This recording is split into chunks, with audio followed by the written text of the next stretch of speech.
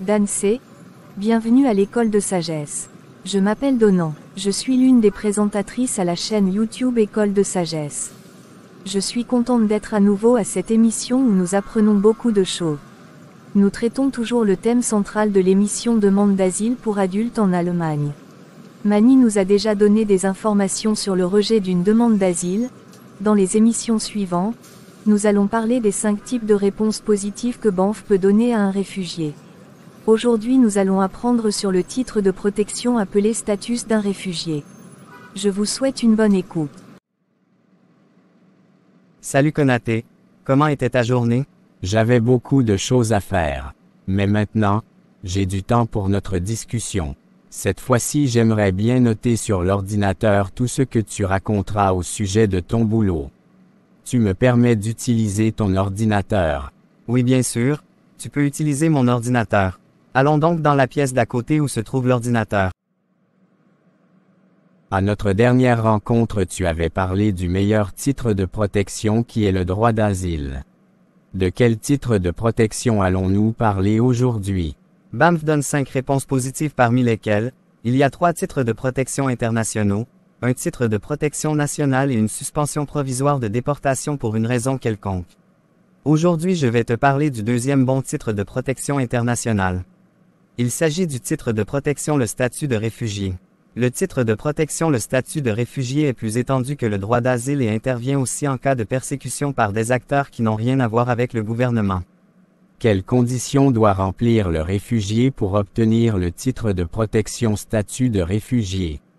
Selon la Convention de Genève concernant les réfugiés, une personne est considérée comme réfugié si elle craint avec raison d'être persécutée par des acteurs étatiques ou non étatiques pour les raisons suivantes: leur race, leur nationalité, leurs convictions politiques, leur religion ou leurs appartenances à un groupe social spécifique comme par exemple l'orientation sexuelle, etc.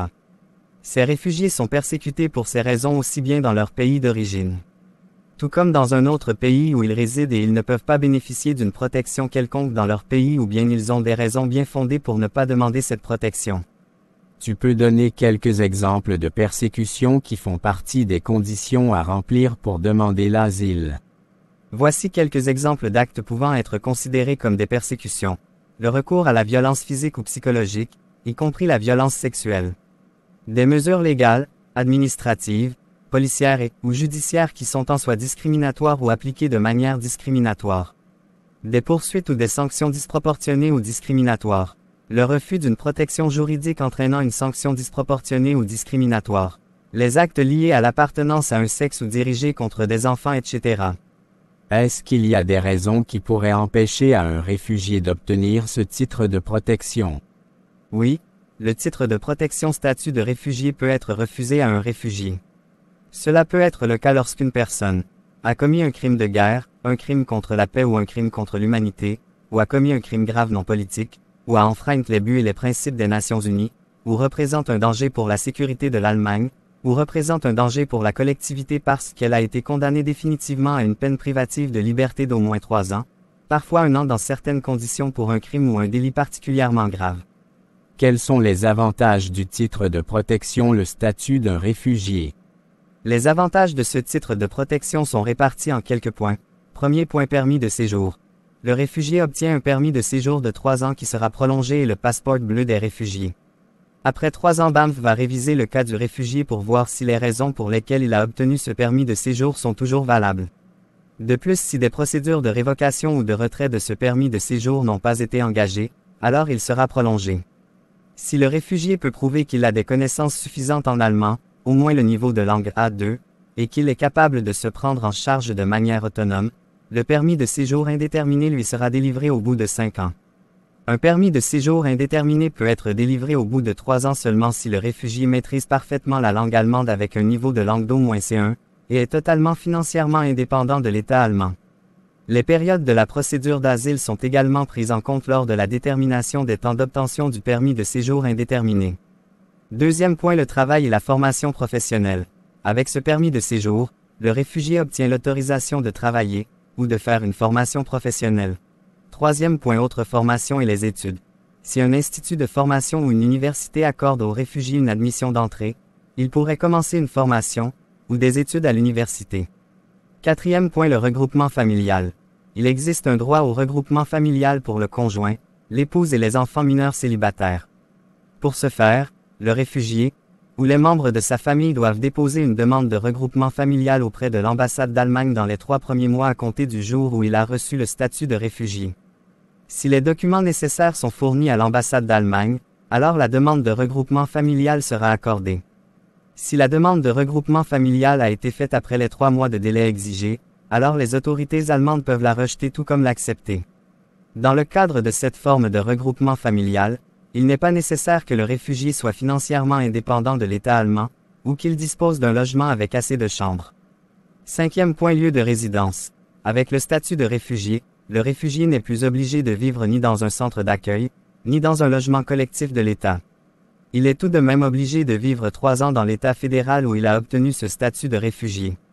Dans des cas exceptionnels, comme par exemple l'étude universitaire, le travail, ou le regroupement familial, le réfugié peut changer d'État fédéral. Sixième point, cours d'intégration. Le réfugié a le droit de participer gratuitement pendant 1 an au cours d'intégration. C'est une faveur unique qui n'est valable qu'1 an après l'obtention du titre de protection. Dans des cas exceptionnels où la faute ne vient pas du réfugié, le délai de participation au cours d'intégration peut être prolongé. En cas de manque de connaissances en allemand, le service de l'immigration peut obliger le réfugié à participer à un cours d'intégration lors de la délivrance du permis de séjour. Septième point, aide sociale de base pour les réfugiés à la recherche d'emploi. Pour sa survie, le réfugié a le droit de faire une demande d'aide sociale de base auprès du service de l'emploi qui est dans la ville où il vit. Huitième point, autres avantages sociaux. Le réfugié a le droit de faire la demande d'autres aides sociales liées à une formation professionnelle, ou bien liées aux enfants pour celui qui a des enfants mineurs. C'est tout ce que j'ai à te raconter sur ce thème. Merci Manny, tu m'as beaucoup aidé avec ces informations. Au revoir. Au revoir. Ouais, merci, nous venons de connaître une facette de la procédure de demande d'asile pour adultes en Allemagne. J'espère que ces messages sont très instructifs et utiles pour les personnes qui ont l'intention de venir en Allemagne pour demander l'asile ou bien qui sont déjà réfugiés en Allemagne et ont besoin d'informations sur ce sujet. Je ne vais pas me séparer de vous sans vous présenter l'élite africaine du nom de David Diop. Naissance: il est né le 9 juillet 1927 à Bordeaux d'un père sénégalais Mamadou Youdé Diop, un ancien tirailleur sénégalais, et de sa mère camerounaise, Maria Mandé Sibel. Vie: David Diop a grandi au Sénégal. Son père était un parent de l'ex-président sénégalais du nom de Léopold Sédar Senghor. Il est mort alors que David avait 8 ans. Diop a fréquenté des écoles au Sénégal et est parti avec sa mère à Nîmes en 1938, puis à Joinville-le-Pont en 1943, d'où il a pu fréquenter l'école où enseignait Senghor. À partir de 1945, il réside à Paris et passe le baccalauréat la même année au lycée Louis-le-Grand. À partir de 1946, il étudie la médecine à Paris, tombe malade et écrit ses premiers poèmes. Ils ont été publiés dans la revue Présence africaine d'abord en 1956 et ensuite en 1973. Son recueil de poèmes s'appelle Coup de pilon. David Diop a abandonné ses études de médecine pour des raisons de santé et a étudié la littérature. À Grenoble. Fonction. Après avoir réussi l'examen, il a enseigné à partir de 1957 au lycée Mons de la Fosse au Sénégal, puis à partir de 1958 à l'école supérieure de pédagogie de Kindia en Guinée qui venait d'accéder à l'indépendance. Mort. Il est mort le 29 août 1960.